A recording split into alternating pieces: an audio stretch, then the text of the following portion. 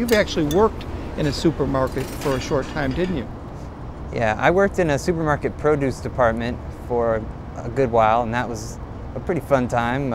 It opened my eyes to a lot of practices, but the thing that really bugged me was that there's the sell-by date for a product, and let's say it's bagged spinach, and the morning of that date they wanted us to get all the packages off the shelf.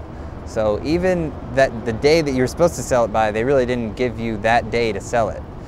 And then just in general, we would have to comb through the loose fruit and vegetables, and anything that wasn't pristine, they'd want us to get rid of.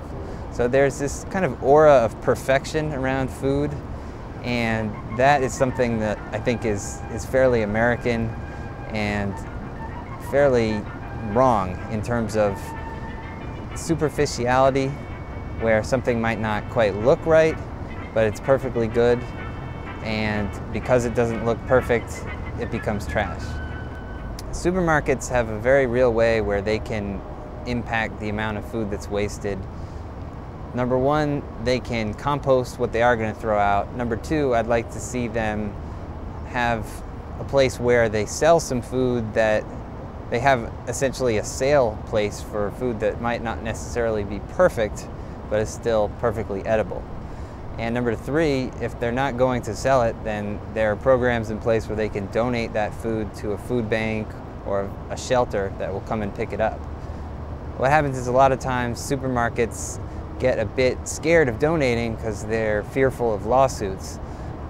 I found that that's not necessarily a well-founded fear, because there's a federal liability shield law, the Federal Good Samaritan Act, which protects them from liability if they donate food in good faith. So a lot of times there's ignorance of that law. Other times supermarkets might hide behind that, not wanting to donate. The average supermarket sees food waste as a cost of doing business. And that's what happens when you start looking at food as a commodity. I think that if I could sum up the view of food by supermarkets, it's just that, a commodity. And that's unfortunate, and I think that explains a lot of why you look in a supermarket dumpster and you see all kinds of perfectly good food. The saddest thing for me is stuff that gets thrown out because it's ripe. So because it's good right now, where they want it to be not quite ready so that you can bring it home and it'll be ripe.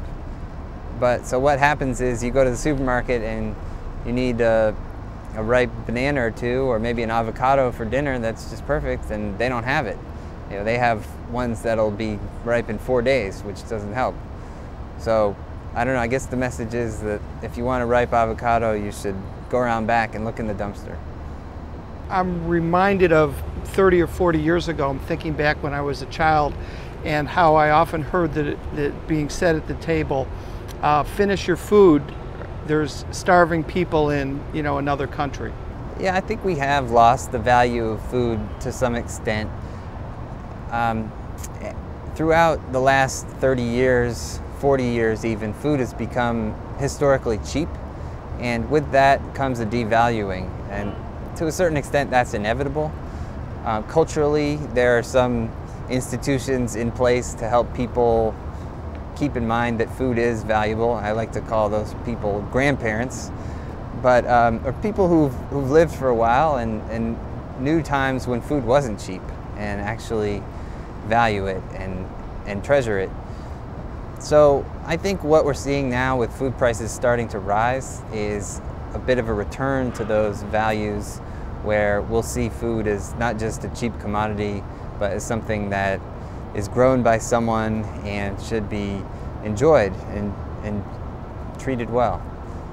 As people grow their own food, which I think is another growing trend, then they will really value the food even more.